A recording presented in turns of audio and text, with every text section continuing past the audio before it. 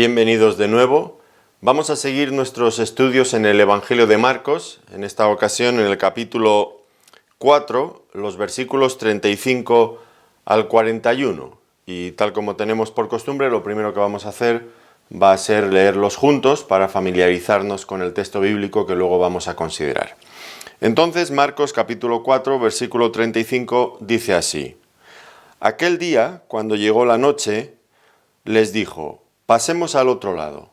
Y despidiendo a la multitud, le tomaron como estaba en la barca, y había también con él otras barcas.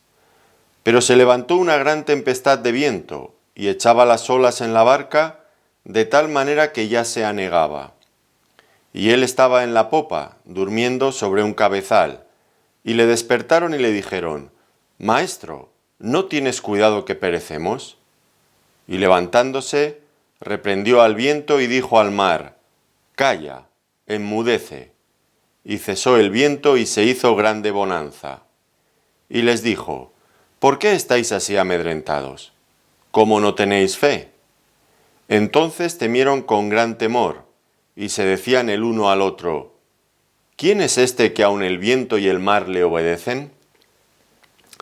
Bueno, sin duda un pasaje realmente hermoso donde vemos resplandecer una vez más a nuestro Señor Jesucristo. Bueno, en cuanto al avance que vamos realizando en nuestro estudio bíblico en el Evangelio de Marcos, es interesante que notemos que estamos al comienzo de una nueva sección. Anteriormente, en los estudios pasados, hemos visto varias parábolas de nuestro Señor Jesucristo por medio de las cuales explicó misterios del reino, los misterios del reino. Y tuvimos ocasión de ver desde la parábola del sembrador, cuando la semilla caía en distintos tipos de corazón, pero subrayamos la buena tierra, donde automáticamente empezaba a crecer. Vimos también otra parábola que tenía que ver con este asunto, con el crecimiento de la semilla que llevaba vida, y finalmente a dónde llegaba este crecimiento, al final ya, por medio de la parábola de la semilla de mostaza. Un comienzo, un inicio insignificante, pero en su desarrollo final algo que no guardaba relación con algo tan pequeño como había tenido lugar al comienzo, ¿no? Algo inmensamente grande, inimaginable finalmente. Bueno, esto fue la sección anterior. Ahora el evangelista Marcos, muy influenciado, como ya hemos comentado en otras ocasiones, por el apóstol Pedro, contándonos seguramente lo que tantas y tantas veces le había oído relatar al apóstol, pues él va haciendo una selección de aquellas cosas que marcaron la vida del apóstol y que él a su vez enseñaba a otros en las iglesias que estaban formándose en distintas partes del mundo. Y si para él, que era un apóstol que había estado viviendo íntimamente durante varios años con el Señor Jesucristo, estos incidentes fueron tan importantes y los enseñaba, ya digo, en las iglesias, también deben de serlo para nosotros. Así que ahora empezamos una nueva sección, un nuevo bloque, donde vamos a considerar 4 milagros especiales de nuestro Señor Jesucristo, donde se nos van a mostrar algunos aspectos del poder de nuestro Señor Jesucristo. Finalmente, la pregunta que está en el aire y que cada uno de estos pasajes nos va a contestar es esta: ¿quién es Jesús? Fíjense que acabamos de terminar de leer este pasaje, la pregunta que se hacen los discípulos en la barca después de calmada la tempestad: ¿quién es este que aun el viento y el mar le obedecen? ¿Quién es Jesús? Y esto era algo que ellos tenían que saber muy bien, lo tenían que conocer de primera mano para poder luego salir a ser posteriormente predicadores del Evangelio, apóstoles, evangelistas. Era necesario que tuvieran claro quién es Jesús. Sin eso no se puede ir adelante. Y entonces estos 4 episodios que tenemos por delante son realmente muy interesantes en este sentido. Cada uno de ellos subraya una verdad complementaria, una verdad diferente acerca de quién es nuestro Señor Jesucristo. Y sobre todo lo que va a resplandecer es su poder, su dominio, su autoridad. En esta ocasión acabamos de ver que lo consideraremos ahora en más detalle, pero ya podemos adelantar que lo que estamos viendo es el poder que se revela de nuestro Señor Jesucristo como Señor de la creación. no hay ninguna fuerza en la creación que Él no controle. Toda la creación está bajo sus manos, está bajo su dominio, sobre su plena autoridad. La segunda cosa que veremos en el capítulo 5, los versículos del 1 al 20, allí nos encontraremos con el Señor enfrentándose con un endemoniado, pero no cualquier endemoniado, el endemoniado gadareno, que era conocido porque dentro de él habían tomado posesión una legión de ángeles, quizás 6.000 ángeles, sería una legión romana de soldados. Bueno, pues una legión de ángeles, lo que viene a significar es que había miles de demonios allá adentro. Y el Señor Jesucristo se enfrenta ya no con los poderes de la creación, sino con el diablo y todos sus secuaces, con todos sus aliados, y el Señor una vez más demuestra su plena autoridad sobre ellos. El tercer milagro, viene en el mismo relato, hay dos milagros que se entrecruzan. Uno de ellos es aquella mujer que había sufrido por muchos años una enfermedad para la que no había remedio. Ya había gastado todo su dinero y no había encontrado solución. Dice el otro evangelista que aún le iba peor. Esto es entonces el Señor Jesucristo enfrentándose con las peores enfermedades, esas enfermedades resistentes que no salen y que acaban por condicionarnos tanto a la vida que nos hunden en la miseria. Y por último, también entretejido con ese mismo pasaje, nos encontraremos una resurrección, la resurrección de la hija de Jairo. Y aquí el Señor mostrando su poder frente a la muerte. Así que cuando unimos estos 4 episodios tenemos un bloque. ¿Quién es Jesús? Pues el Señor Jesucristo es aquel que tiene pleno dominio sobre la creación, sobre Satanás y todos sus demonios, sobre las peores enfermedades que el hombre pueda sufrir e incluso también, por supuesto que sí, sobre la muerte. Entonces, cuando uno tiene este concepto de quién es el Señor Jesucristo y se da cuenta de que no hay nada que pueda estar por encima de Él y que nosotros vamos en su nombre, que confiamos en este Dios y hagamos lo que hagamos, si estamos sirviéndole en las circunstancias que sean, Él está con nosotros, pues esto es una garantía, la mejor de todas las garantías, el mejor de todos los seguros.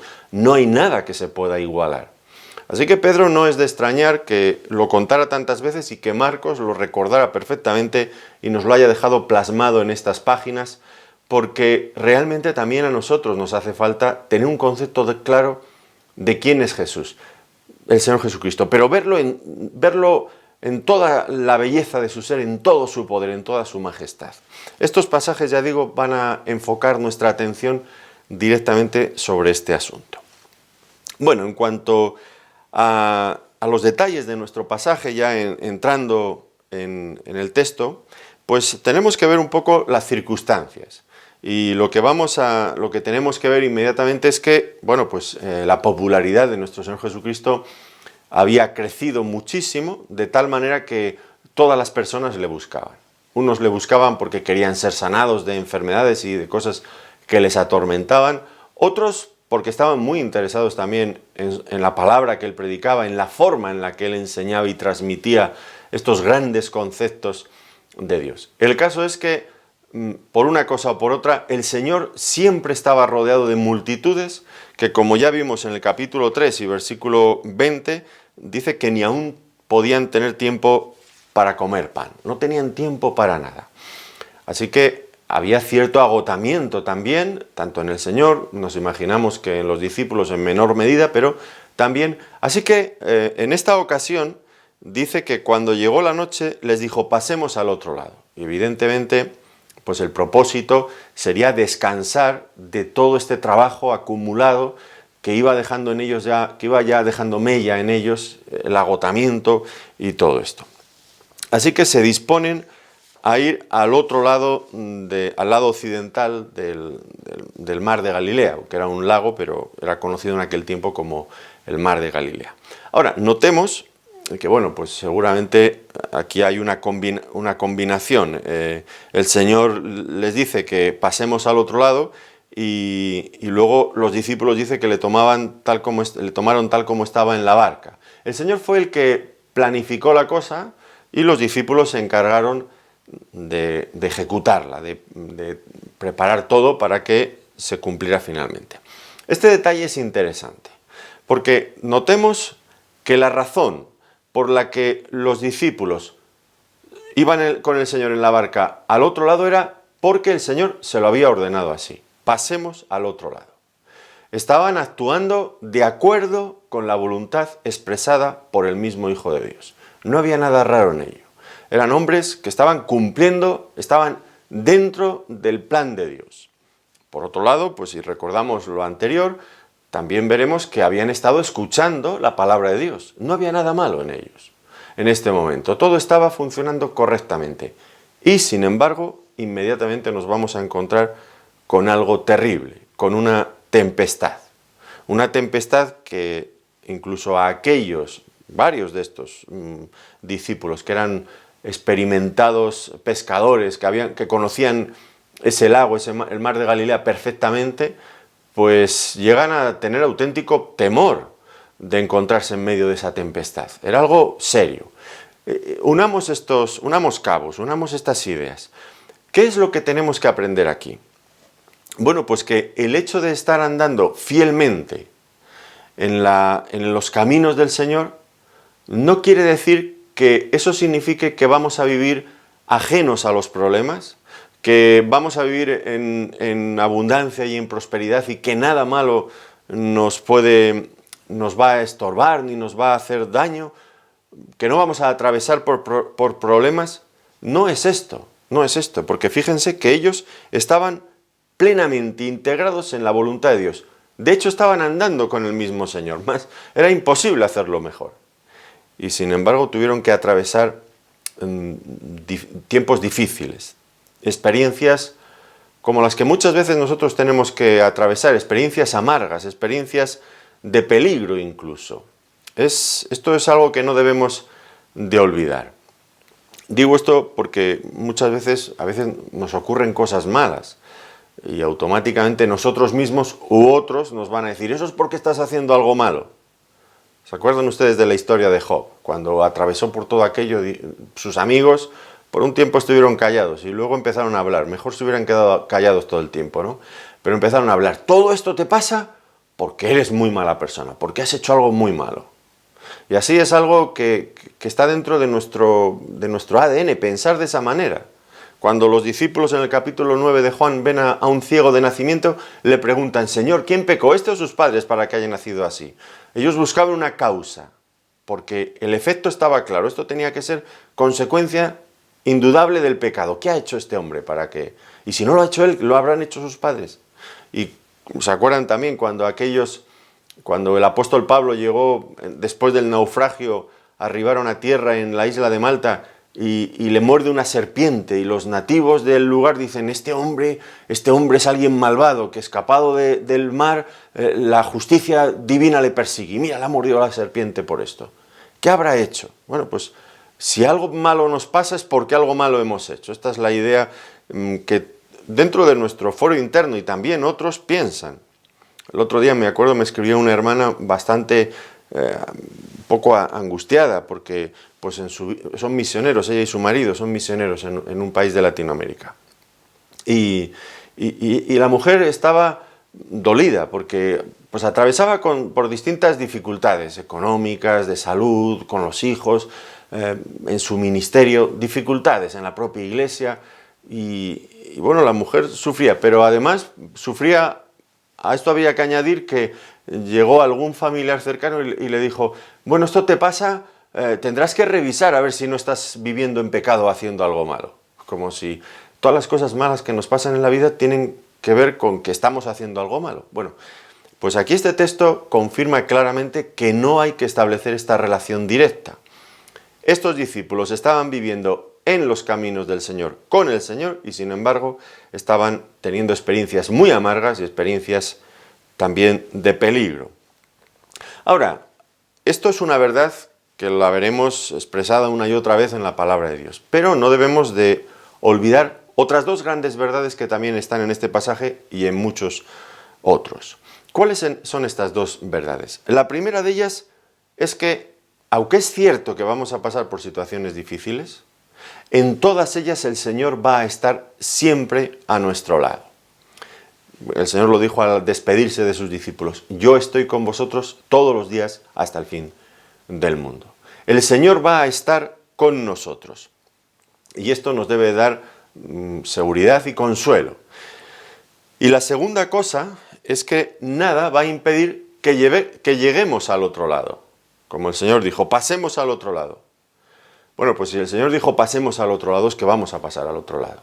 Porque si nos lo ha mandado, pues es que va a ocurrir. Nada puede impedir que se cumplan los deseos de Dios en nuestras vidas, su voluntad en nuestras vidas. Nada ni nadie. Es verdad, atravesaremos zonas difíciles. El camino se puede complicar en muchas ocasiones. Nos podemos encontrar con todo tipo de elementos adversos, pero ninguno de ellos podrá finalmente impedir que pasemos al otro lado, que lleguemos a nuestro destino, que cumplamos aquello que Dios nos ha dicho que tenemos que cumplir. Si es el plan de Dios, nada ni nadie lo puede impedir. Así que estas dos cosas, o estas tres, pasaremos por dificultades, pero el Señor estará con nosotros y nada podrá impedir que lleguemos al otro lado. Bueno, ahora hablemos de la gran tempestad de viento que se levantó. Y debemos de decir que el Señor, pues lo sabía que esto iba a ocurrir. Estaba dentro de sus planes, Él lo conocía, incluso lo permitió sin lugar a dudas, y hasta lo dirigió. El Señor estaba organizando todo esto. Y sin embargo les mandó: pasemos al otro lado, sabiendo que esa noche, ya de noche, con lo que eso aún complica más todavía estar en medio de una tempestad. Bueno, yo no tengo experiencia en estas cosas, ninguna experiencia, pero lo que he oído pues siempre es esto, ¿no? Ya una tempestad es complicada, pero incluso de noche. ¿Por qué el Señor les manda que pasen al otro lado sabiendo que esa noche va a haber una tempestad? Podrían haber esperado hasta el día siguiente, ¿no es cierto? Pues sí, podría haberlo hecho, y sin embargo el Señor insistió en que eso debía de cumplirse de esa manera. ¿Cuál era su propósito? Nosotros nos hacemos la misma pregunta tantas y tantas veces. ¿Por qué el Señor permite ciertas cosas en nuestras vidas si podría haberlas evitado? Porque Dios puede evitar las cosas que quiera. ¿Por qué? Bueno, recuerdan que en nuestra sesión anterior estuvimos viendo diferentes lecciones teóricas. La teoría es muy bonita, la teoría sobre la fe, vuestra fe, la fe como un grano de mostaza. Bueno, la teoría es muy bonita, pero la teoría por sí sola no vale para nada. Tiene que servir para solucionar las cuestiones prácticas de la vida. Hay que ponerla en práctica, en obra. Tiene que ser útil en aquellas circunstancias en las que nosotros vivimos. La única forma entonces de completar la enseñanza teórica es con las clases prácticas. Y aquí vienen las clases prácticas. Ya no solamente vamos a hablar de la fe, estaría pensando el Señor Jesucristo, sino vamos a poner en práctica lo que significa la fe. Y esta nueva situación, desde luego, iba a ayudar a los discípulos a poder practicar realmente lo que habían estado estudiando anteriormente. Ahora, si el Señor permitió esto, este es otro detalle importante, si el Señor permitió esto es porque ellos estaban preparados. No les enfrentó con un problema de esta magnitud, no lo habría hecho si no hubiera estado plenamente seguro el Señor, y Él es Dios y lo sabe todo, que estaban preparados para ello. Recordemos, al terminar las parábolas, la sección de las parábolas anteriores, dijo que Él les hablaba conforme a lo que podían oír. Es decir, no les enseñaba en este plano teórico más de lo que podían aprender en cada momento. Pues debemos de entender que ahora que hemos pasado a la parte práctica, el Señor seguiría haciendo lo mismo. No les colocaría en situaciones que fueran más allá de lo que ellos podían sobrellevar en cada momento. Esto es un detalle también muy importante. Recuerden ustedes en 1 Corintios, en el capítulo 10, un pasaje que nunca debemos de olvidar, que confirma plenamente también esto que estamos comentando en este momento. Dice en 1 Corintios, el capítulo 10, el versículo 13. No os ha sobrevenido ninguna tentación que no sea humana. Pero fiel es Dios, que no os dejará ser tentados más de lo que podéis resistir, sino que dará también, juntamente con la tentación, la salida para que podáis soportar. Nos damos cuenta, ¿verdad? El Señor estaba poniendo a prueba su fe, la fe de los discípulos, pero era una prueba controlada. Estaba dentro de sus posibilidades. Y nosotros, cuando atravesemos situaciones igualmente difíciles, nuestro pensamiento debe ser el mismo. El Señor nos está probando, sí, pero nos está probando conforme a lo que podemos sobrellevar. No nos ha sobrevenido ninguna tentación que no sea humana o que esté fuera de nuestras posibilidades. Incluso, como ha señalado, hemos visto ahora mismo, con cada prueba, con cada tentación, nos dará la salida para que podamos resistir y no nos dejará ser tentados más allá de lo que podamos resistir. Entonces todo está dentro del plan amoroso, cuidadoso, bueno de nuestro Dios. Debemos de tener esto en cuenta porque pruebas vamos a pasar. Seguramente usted esté pasando en este momento pruebas en su vida porque es lo más normal que pasa con todos nosotros, ¿verdad? Así que no se asuste, piense en estas cosas. Bien, ahora otro detalle también interesante. Jesús estaba en la popa durmiendo. Y esto revela sin ninguna duda la humanidad de nuestro Señor Jesucristo. Después de los grandes esfuerzos de aquellos días, pues estaba cansado, estaba agotado, necesitaba descansar.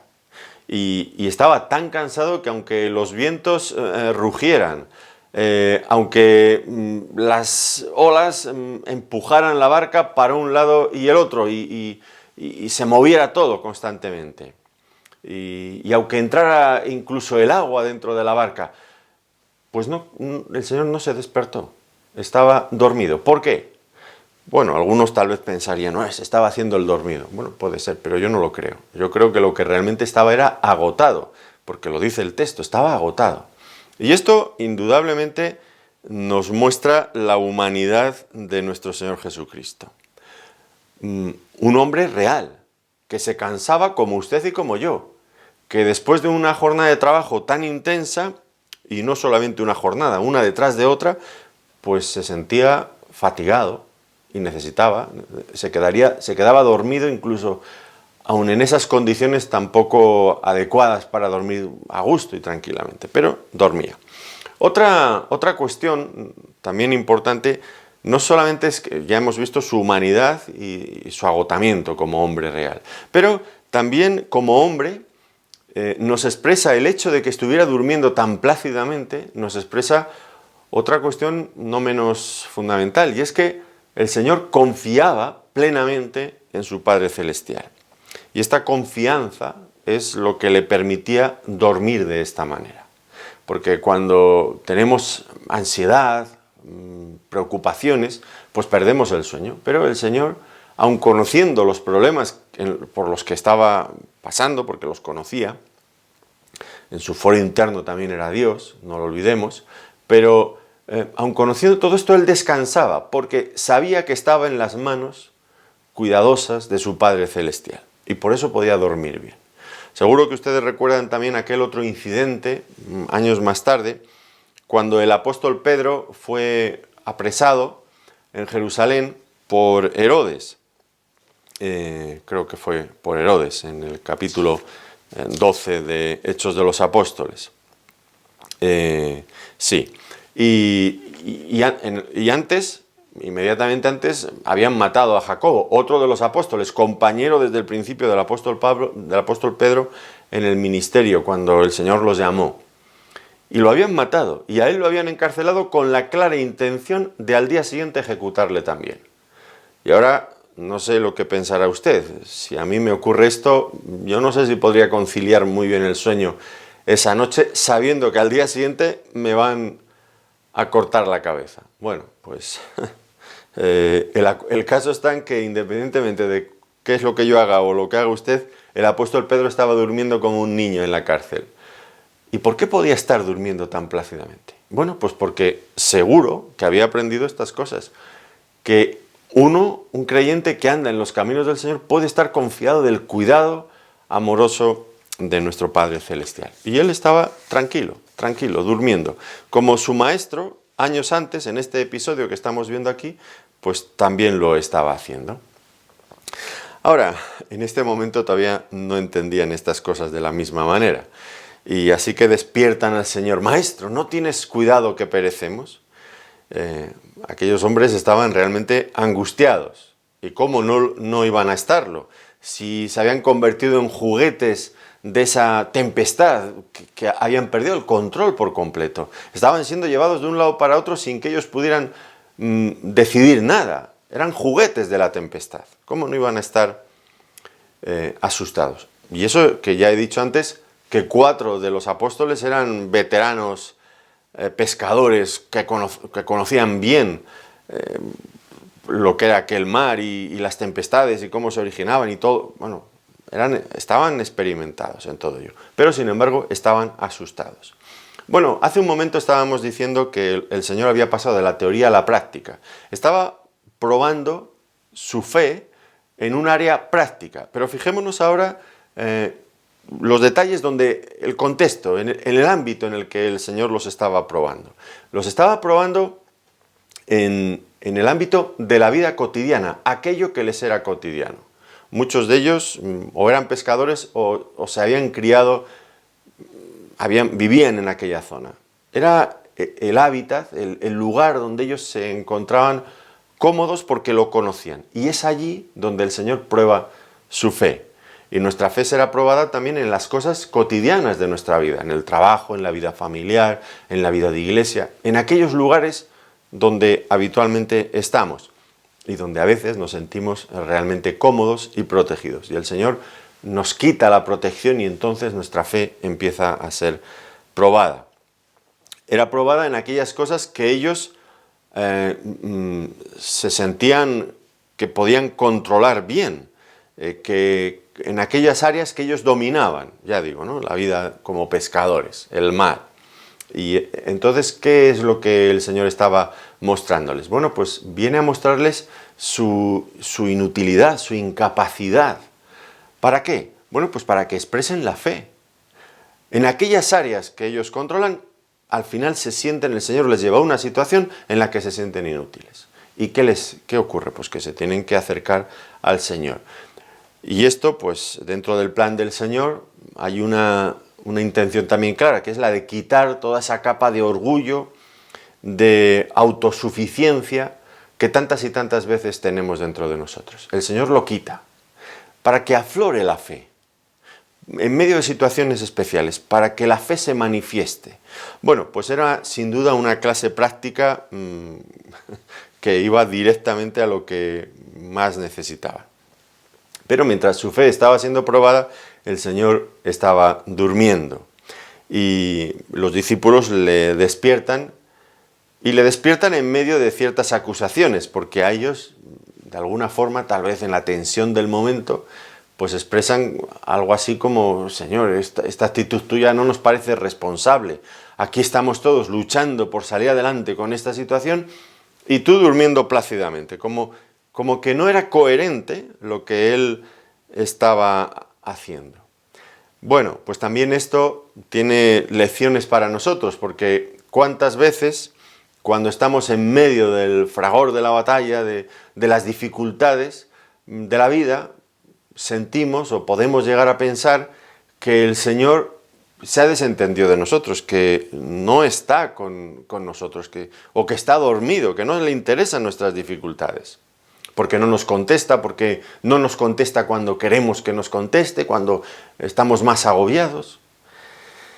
Bueno, pues sí, pero nuestro Dios no es como el Dios del que se reía Elías cuando retó a aquellos sacerdotes de Baal, y ellos se sajaban y se hacían todo tipo de cosas intentando reclamar la atención de su Dios, y Elías les dice: gritar más alto, igual está dormido. No, nuestro Dios no es así. Nuestro Dios vela constantemente por nosotros. No cierra sus ojos sobre nosotros, claro que no, claro que no. Y finalmente, pues el apóstol Pedro, que he mencionado hace un momento, pues entendió estas cosas. Cuando él escribe su primera carta, en Primera de Pedro, en el capítulo 5 y el versículo 7, pues allí él nos dice: echando toda vuestra ansiedad sobre él, porque él tiene cuidado de vosotros. Él tiene cuidado de vosotros. Claro que sí. Podemos echar toda nuestra ansiedad y descansar. Él lo aprendió. Quizás lo aprendió aquí mismo, porque aquí lo pasó mal. Pero finalmente aprendió que el Señor no descansa. Él tiene cuidado de nosotros. Entonces el Señor, acto seguido, una vez que le despiertan, se incorpora y dice: ¿por qué estáis así amedrentados? ¿Cómo no tenéis fe? Bueno, puede resultar a primera vista una pregunta extraña. Pues ¿cómo no iban a estar atemorizados con aquella tormenta? ¿Cómo no lo iban a estar? Bueno, pero lo que el Señor estaba, a donde Él quería llegar, lo que estaba intentando, por lo que estaba preguntando, no era eso que parecía evidente, sino no por el problema externo, sino por el problema interno. ¿Dónde está vuestra fe? ¿Dónde está vuestra fe? Esto es lo que él les preguntó: ¿cómo no tenéis fe? Aquí con esto puso el dedo en la llaga. Realmente aquí estaba el problema. La mayor dificultad, tal como lo manifestó el Señor aquí, la mayor dificultad que los discípulos tenían en este momento no era la tempestad, ese elemento externo, sino su mayor dificultad estaba dentro de ellos mismos y era su propia incredulidad. Y esto es tantas y tantas veces lo mismo que ocurre con nosotros, que nuestros mayores problemas no están en nuestro entorno, sino dentro de nosotros mismos.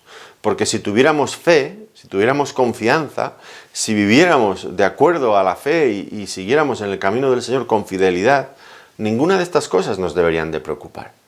Por muy altas que sean las olas que se levanten a nuestro lado, por muy frágil que sea la barca en la que viajamos, el Señor siempre es más grande que todo eso. Pero el problema, tantas y tantas veces, no es lo que ocurre a nuestro alrededor, sino lo que ocurre dentro de nosotros. Ellos deberían de haber sabido que el Señor desde el comienzo les había dicho: vamos, crucemos al otro lado. Si el Señor les había dicho vamos al otro lado, nada ni nadie podía impedir que fueran al otro lado. Así que ni las fuerzas más poderosas de la creación podrían impedir este hecho. Pero ellos pues no miraban al Señor, sino que miraban las olas, la tempestad, la tormenta, y esto les atemorizó. ¿Qué ocurrió realmente con ellos? Bueno, lo que ocurrió es que se estaban dejando llevar por sus emociones en lugar de haber puesto su confianza en la palabra de Dios. Ellos, desde ese plano emocional, estaban atemorizados, cuando lo que tendrían que haber estado es seguros en la palabra de Dios, que les había dicho: crucemos al otro lado. Ya digo, nada les podría impedir que eso pasara. Y esta es la clave también de muchas veces de nuestros problemas, que nos dejamos llevar por nuestras emociones, cuando deberíamos de poner y estar mirando a la palabra de Dios y poner en ella nuestra confianza. Las emociones son traicioneras, las emociones nos juegan malas pasadas, la palabra de Dios es segura. Habrá días que el cielo estará en nuestras mentes, estará totalmente nublado y no nos dejará ver. Y en ese caso lo que tenemos es que confiar en la palabra. Ustedes se han montado en avión, bueno, supongo que no han entrado en la cabina donde va el piloto, el comandante, pero tantas y tantas veces tienen que realizar maniobras de despegue, de aterrizaje, pues sin visibilidad alguna. ¿Y entonces qué hacen? Pues ellos no se pueden dejar llevar por su vista, por lo que ven por sí mismos. Tienen que funcionar con los aparatos del avión, de la máquina. Los aparatos son fiables en este sentido. Puede que haya una densa niebla a su alrededor, pero los aparatos les dicen a qué altura están, cuánto les falta para llegar al suelo, si el avión va inclinado, va desnivelado, todo eso se lo dice y pueden ajustar perfectamente. Nosotros habrá días que muchas veces andaremos igual. No podemos andar por vista, tenemos que andar por fe en la palabra de Dios, que es segura. La palabra de Dios no depende de nuestras emociones, de si un día nos sentimos animados o desanimados, de si lo vemos todo del color de rosa o lo vemos todo negro. No, no tiene nada que ver con esto. La palabra es una norma estable, un punto donde agarrarnos, donde podemos afianzarnos con seguridad. Entonces, esto era el problema aquí con los discípulos. Se estaban dejando llevar por sus emociones en lugar de por la palabra. Y este es un problema muy extendido en ciertas áreas del cristianismo, que viven de emociones, pero no viven de la palabra de Dios. Y eso lo único que nos va a hacer es oscilar, ir dando vaivenes en la vida de un lado para el otro. Porque cuando empiezas a confiar en las emociones, mal asunto. No hay cosa más insegura y más fluctuante que nuestros estados de ánimo, que cómo nos sentimos. De eso no hay que hacer el menor caso posible, porque lo importante es la palabra. Bueno, hablemos entonces también de la importancia, del propósito de esta lección. Y lo que vamos a ver es que el Señor les estaba preparando con la mirada puesta ya en algo mucho más grande, al final del trayecto. Estaba pensando seguro el Señor en todo este programa de formación a sus apóstoles, a sus discípulos más íntimos. Estaba pensando en esa gran crisis, en esa crisis realmente difícil, que en comparación con esta por la que estaban atravesando ahora mismo, esto no era nada. La crisis final, ¿cuál es esa crisis? Bueno, pues cuando ellos vieran finalmente a su maestro clavado en una cruz, impotente y finalmente muerto. Eso sería el momento de prueba crucial para el que tenían que estar preparados. Así que ellos era difícil que aprendieran rápidamente estas lecciones, porque a nosotros también, ¿no es cierto?, nos cuesta mucho aprenderlas. Pero el Señor iba preparándoles, la repetiría una y otra vez, en distintos contextos, de distintas maneras, pero finalmente preparándolos, capacitándolos para que pudieran soportar aquella prueba terrible al final de todo esto. Y entonces, ¿qué lección fundamental tenían que aprender en estos momentos, que utilizarían más tarde? Bueno, pues que la redención, la obra de salvación, el plan eterno de Dios para la salvación de los hombres, no hay ninguna fuerza en todo el universo que la pueda impedir. Dios ha dicho que lo va a cumplir y lo va a cumplir. Nada ni nadie lo puede impedir. Nadie puede impedir que el Señor Jesucristo nos salvara por medio de la obra de la cruz. Nada ni nadie puede impedir que nosotros lleguemos al otro lado, a la patria celestial. Nada ni nadie nos puede separar del amor de Dios, como tan bellamente explica Pablo cuando escribe a los Romanos en el capítulo 8, versículos 38 y 39, versículos por otro lado bien conocidos, estoy seguro que ustedes los recuerdan. Por lo cual estoy seguro de que ni la muerte, ni la vida, ni ángeles, ni principados, ni potestades, ni lo presente, ni lo porvenir, ni lo alto, ni lo profundo, ni ninguna otra cosa creada, nos podrá separar del amor de Dios que es en Cristo Jesús, Señor nuestro. No existe tempestad tan grande que pueda separarnos del amor de Dios, que pueda impedir tampoco el avance del reino de Dios. Nada ni nadie lo puede impedir. Nada ni nadie puede impedir nuestra plena salvación. Dios dice que lo que empezó, Él lo completará en nosotros. Claro que sí, nada ni nadie lo puede impedir. Y esto lo tenían que tener bien grabado en sus mentes, porque una y otra vez se presentarían situaciones delante de ellos en las que necesitarían recordar estas grandes verdades. Y usted y yo también lo necesitamos. Tan frágiles como somos, tan débiles, tan inconstantes, que cualquier cosa nos podría hundir con tanta facilidad. Nosotros necesitamos mirar a aquel que tiene todo el poder, toda la majestad, toda la gloria, y descansar en Él, estar seguros en Él. Finalmente, encontramos esta exclamación una vez que el Señor ha calmado la tempestad. ¿Quién es este?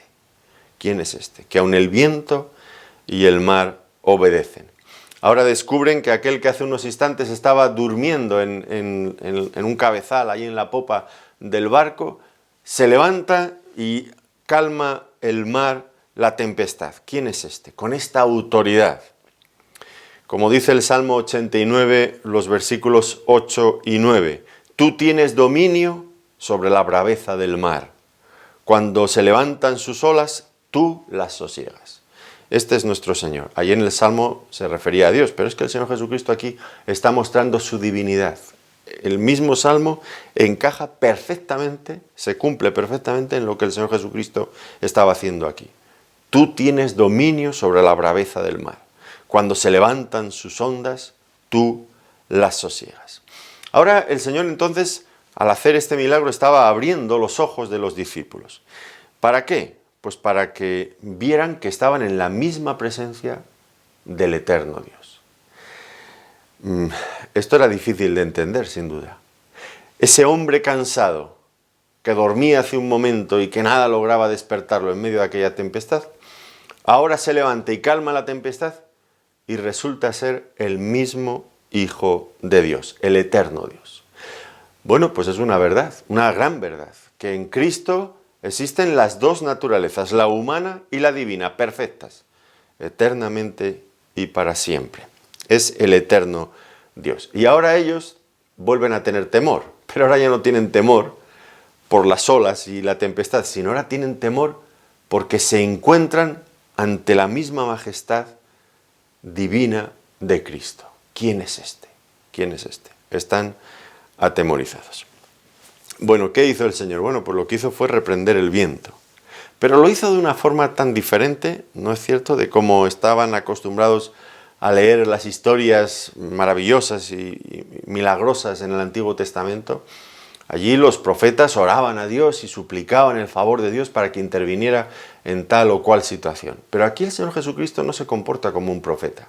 Se comporta como Dios mismo, se levanta con toda la autoridad y reprende a las olas y al mar. Bueno, aquí en cuanto a esta expresión reprendió al viento, es la misma que ya apareció en el capítulo 1 y en el versículo 25, cuando vimos al Señor reprendiendo al espíritu inmundo que estaba dentro de aquel endemoniado en la sinagoga en Capernaum. Y algunos han pensado, bueno, si la palabra es la misma, en un caso reprende a un demonio, aquí reprende a las tempestades, ¿cómo debemos de entender esto? Bueno, y más de una persona han pensado que lo que estaba dando a entender aquí es que detrás de esa tormenta estaba el mismo Satanás. Y entiendo que no sería descabellado pensar que detrás de los desastres naturales que nos rodean tantas y tantas veces, pues está el mismo Satanás que quiere destruir también a la humanidad y quiere hacerles daño. Pues probablemente detrás de la tempestad estaba la obra de Satanás. Esto complementa también lo que antes decíamos, el Señor estaba en el control permitiendo esto para la formación de sus discípulos. Satanás estaba hostigando, si pudiera, que no lo sé si puede, esta tempestad con la finalidad de destruir. Nos damos cuenta, el Señor para probar y fortalecer la fe de los discípulos, Satanás para destruir y arruinar la vida de los discípulos. Bueno, pero el Señor manifestó su poder frente a la creación. Hemos dicho que vamos a ver en este y en los próximos episodios, vamos a estar viendo diferentes áreas en las que el Señor muestra su autoridad. Aquí el Señor, ya digo, la está mostrando sobre la creación. Y es importante también reflexionar sobre esto y descansar en este hecho, porque la creación tantas y tantas veces se nos vuelve hostil. Usted no se puede fiar, sale un día y contempla una puesta de sol espectacular, maravillosa, o se sienta en la orilla de un lago, del mar, y ve las olas, el murmullo, le parece formidable, relajante, tan hermoso. O ve la primavera, los árboles florecer, bueno, pues es algo increíble. Ver aquí cerca de Ávila, a veces hemos ido a ver un valle donde los cerezos florecen en un par de semanas al año y vas allí, es increíble, es algo maravilloso. Bueno, pero uno no se puede fiar de la creación que parece tan bella, porque por menos de nada nos vamos a encontrar que manifiesta otra cara bien distinta. ¿Cuántas veces escuchamos en las noticias no solamente de tempestades como aquí, sino también de huracanes, de terremotos, de volcanes, de tsunamis, de sequías, de rayos, de aludes que se llevan por delante todo, de fuego, de frío, de olas de calor, de epidemias, de virus, tantas y tantas cosas que hay en la creación. La creación es un sitio hostil para el ser humano. Desde que el hombre pecó y Dios le dijo, maldita será la tierra por tu causa, la creación es hostil. Sí, a veces se presenta muy bella, pero no se fíe usted que por menos de nada se vuelve en contra en un momento. En un momento. Y ahora estamos viendo que el Señor domina la creación. Y esto nos da esperanzas. Nos da esperanzas de dos cosas. La primera, nos dice Hebreos que el Señor es el sustentador de la creación. Y si la creación no va a peor, no manifiesta toda su hostilidad sobre el ser humano, es porque el Señor la sustenta, la controla. Y finalmente también el hecho de que Cristo tenga dominio sobre la creación, pues nos hace esperar ese día glorioso cuando la creación misma será libertada de esa esclavitud, porque el Señor tiene el dominio sobre ella. Y será libertada para disfrutar de la libertad gloriosa de los hijos de Dios, nos dice Romanos capítulo 8. Porque el Señor está por encima de la creación. Bueno, pues terminamos entonces nuestras reflexiones en este pasaje corto pero emocionante. ¿Quién es Jesús?, nos preguntábamos al comienzo. ¿Quién es Jesús? Pues los discípulos aprendieron algo acerca de él. Tiene el control total sobre la creación. Nada ni nadie le puede resistir, porque él es Dios. Es hombre y es Dios. No podemos solamente verlo como hombre, debemos de verlo también como Dios. No solo como un hombre cansado, sino como el Dios en toda su majestad, con el control absoluto sobre la creación. Qué bueno es entender estas cosas. El Señor es hombre, nos entiende como hombre. El Señor es Dios, puede calmar las tempestades. Puede entender nuestro agotamiento tantas y tantas veces en la vida, pero tiene el poder para darnos descanso y para solucionar cualquier situación que pueda surgir en nuestras vidas, por muy difícil, por muy grande que sea. Qué bueno es conocer al Señor de esta manera y descansar en Él. Ahora llega el momento también para nosotros de pasar de la teoría a la práctica y lo que aprendemos en su palabra, llevarlo a la realidad cotidiana de nuestras vidas, porque sin duda lo vamos a necesitar. Pues que el Señor use también esta palabra en cada uno de nosotros para animarnos, para fortalecernos y sigamos adelante. Una vez más, muchas gracias por su atención y que Dios les bendiga muy ricamente.